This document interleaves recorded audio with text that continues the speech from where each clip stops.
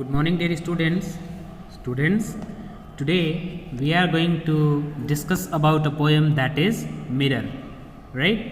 Students, this is the very important poem for you, and for this you will have to make it proper understanding. Right? So if you will understand it properly, then you will able to give the reply of each and every single question regarding this lesson. Right? So students, without making a delay, let's get started with the stanzas of the lessons. So just listen carefully what I am trying to say. Right? So here students, as you can see that what is written, I am silver and exact. I have no preconceptions. Whatever I see, I swallow immediately, just as it is, unmisted by love or dislike. I am not cruel, only truthful. The eye of a little God four-cornered. The eye of a little God four-cornered. Right. So students, here what is this? The meaning of preconception. Preconception is actually something that is, even you can say, that cannot be imagined previously. That has not been imagined previously. Right मतलब जो कि पहले सोचा ना गया हो. Right and so यहाँ पे क्या कहते हैं, जो पोएट का क्या कहना होता है कि वो ये in the way of mirror, वो मिरर के फॉर्म में कहते हैं कि दर्पण ये कहता है कि यह रंग में कैसा है, चांदी जैसा, यानी मैं चांदी जैसा हूँ एंड एग्जैक्ट हूँ. Right, I am silver and exact.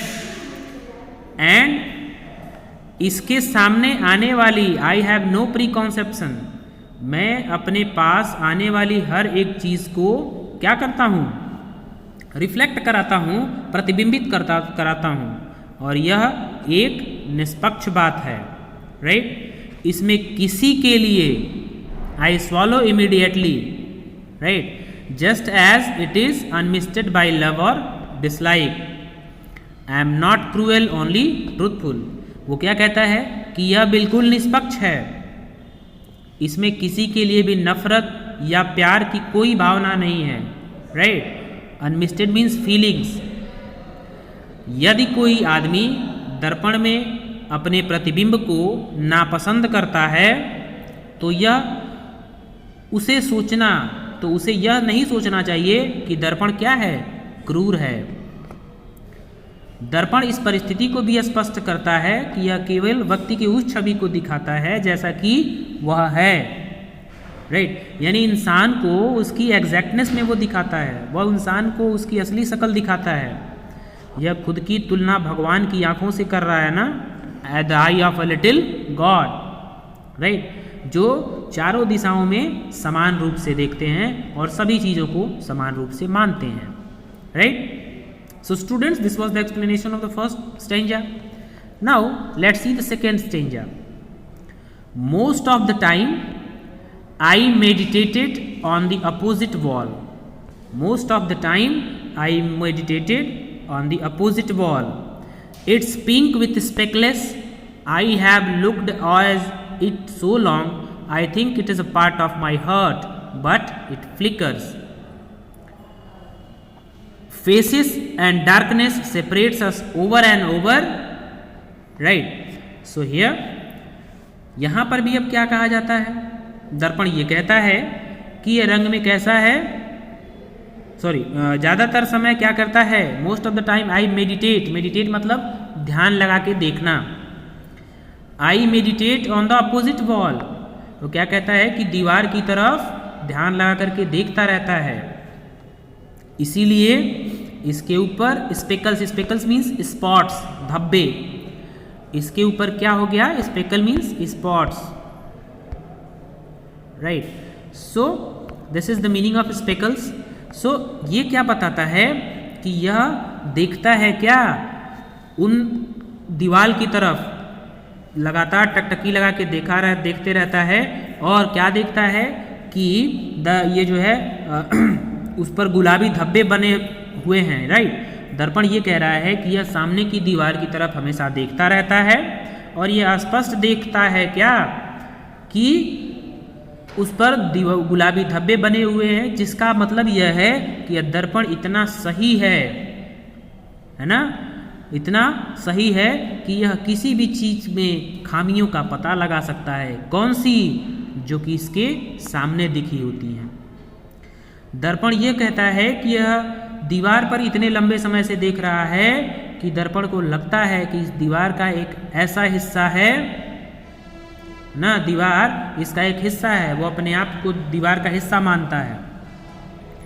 यानी दर्पण की ये भावना कि विपरीत दीवार अपने आप में एक हिस्सा है, जब कोई चेहरा या अंधेरा उसके बीच में आता है तो वह क्या हो जाता है? बाधित हो जाता है, flickers.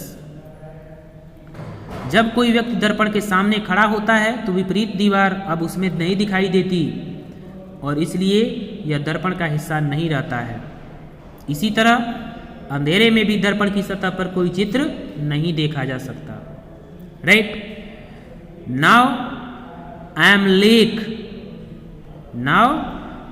Lake, a woman bends over me, searching my reaches for what she really is. Right? Then she turns to those liars, the candles or the moon. I see her back and reflect it faithfully. She rewards me with tears and agitation of hands. Right?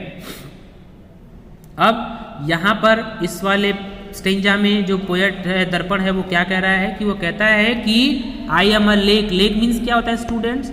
झील। It's a water body. Right? झील कही जाती है।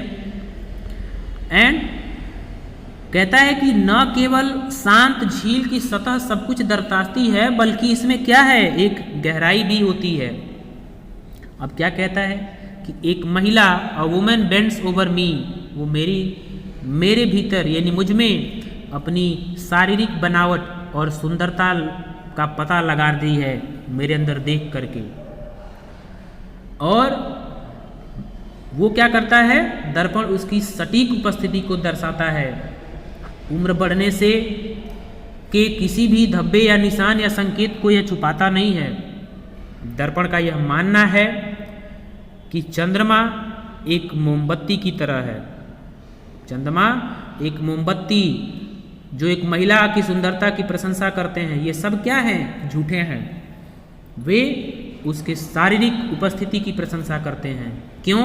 क्योंकि उनकी मंद रोशनी इन खामियों को नहीं दर्शाती है। दर्पण क्या है?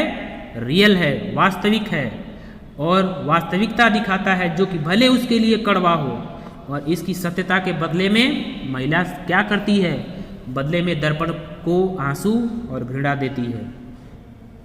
Right? So I am important to her, she comes and goes each morning, it is her face that replaces the darkness, in me she drowned a young girl and in me an old woman rises towards her day after day like a terrible face.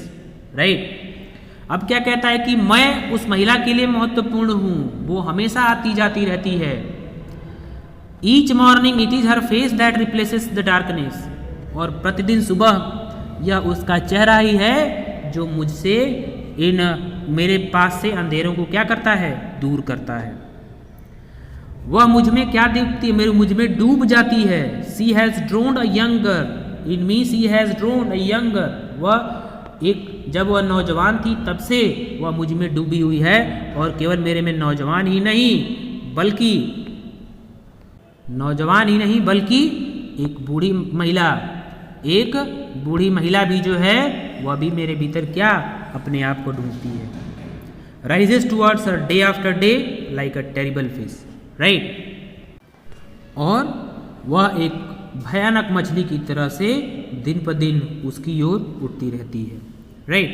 That means here the poet wants to discuss about the poem that is Mirror, and what he tries to say, वो क्या हमसे बताना चाहते हैं। तो वो दिखाते हैं कि यहाँ पे जो दर्पण है वो अपनी कहानी बताता है कि वह चांदी के रंग का है, वो क्रूर नहीं है, वो हमेशा निष्पक्ष होता है, वो सत्य दिखाता है। और अपने आप को उसने झील बताया है कि वह किसी भी सच्चाई को नज़रअंदाज नहीं करता, गलतियाँ हों या कुछ भी, वह सबको क्या होता है, एज इट इज़ दर्शाता है. So students, that was the explanation of this lesson, the mirror, right? I think you are able to understand the points.